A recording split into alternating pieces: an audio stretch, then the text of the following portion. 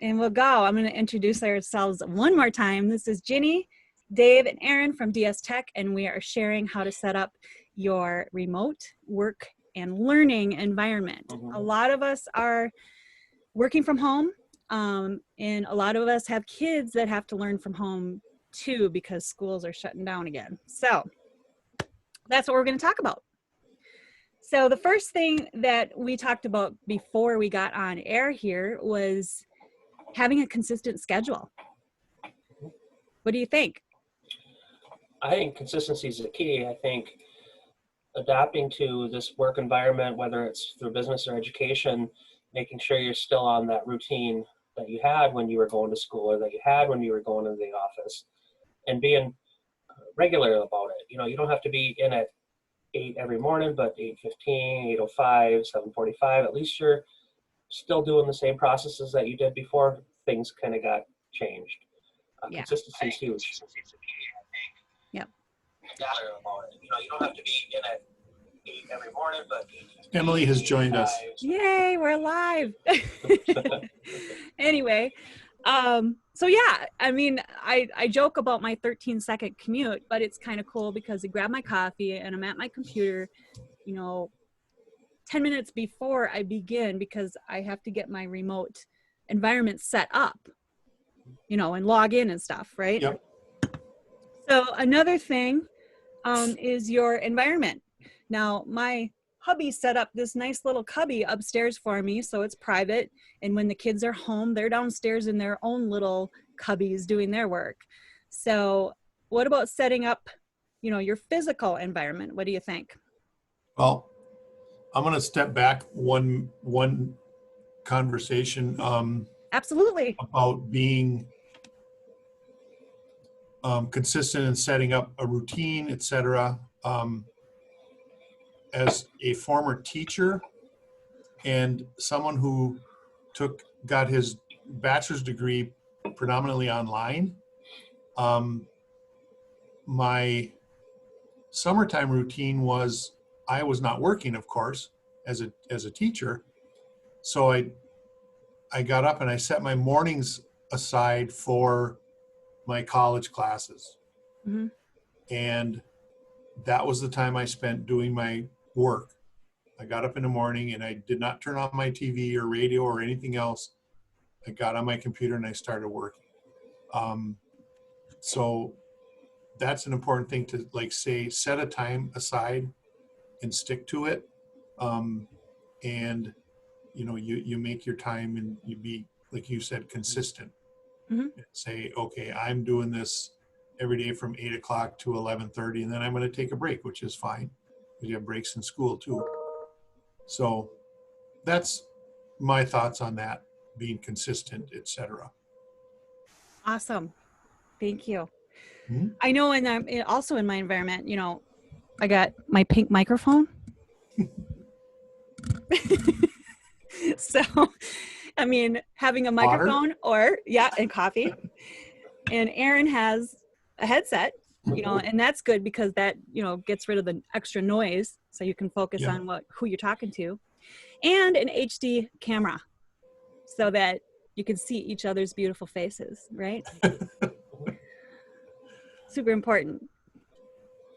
I have a cool little picture too of somebody's learning environment. I can share that in the comments when we get there. So what else? We talked about equipment. We talked about environment. Oh, well, I mean, our little cubbies, right? Having a quiet place to work. You need without distractions. Place. Yes, if possible, or as quiet as possible. Yeah. You know, that's just kind of common sense. You don't want to be in the, you know, if you can help it, you don't want to be in the middle of the kitchen or, you know, in the hallway. So, or if you're in school, how about turning this off? Yep. Right?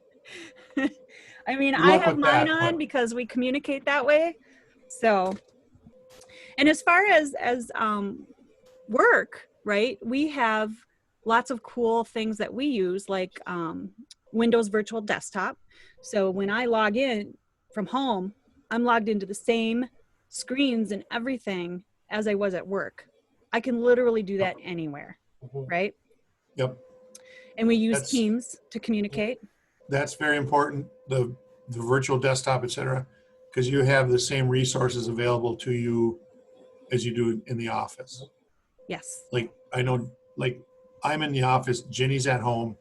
If I need something, she can print to a printer that's 10 feet away from me. You know, so that's very convenient. Yep. Yep. That is very convenient. I can print stuff out and say, Dave, it's on the printer. Go get it. Microsoft Teams and Office 365 have a pretty good hand in that too, with the ability to share considerable amount of files remotely across the board, work on them together, collaborate. It's been very effective and efficient for us to stay moving forward and on top of our game too, certainly.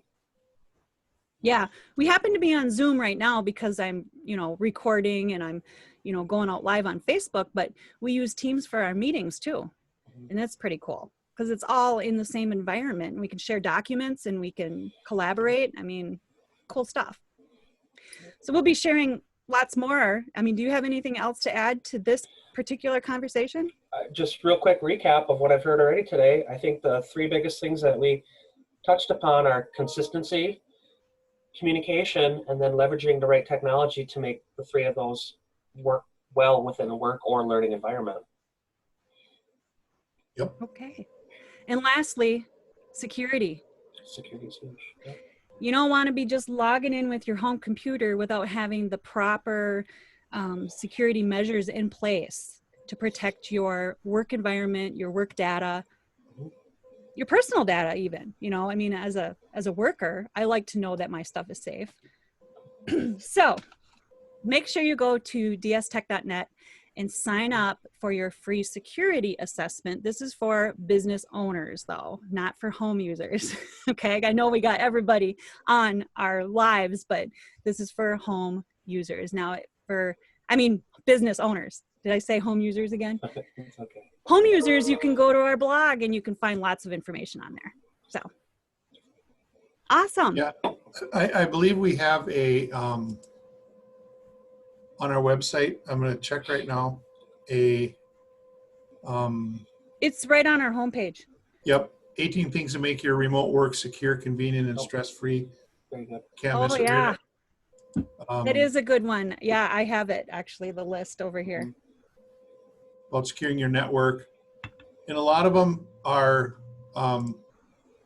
very, let me move my screen back here, very generic. I don't mean generic, I mean, they apply to everybody.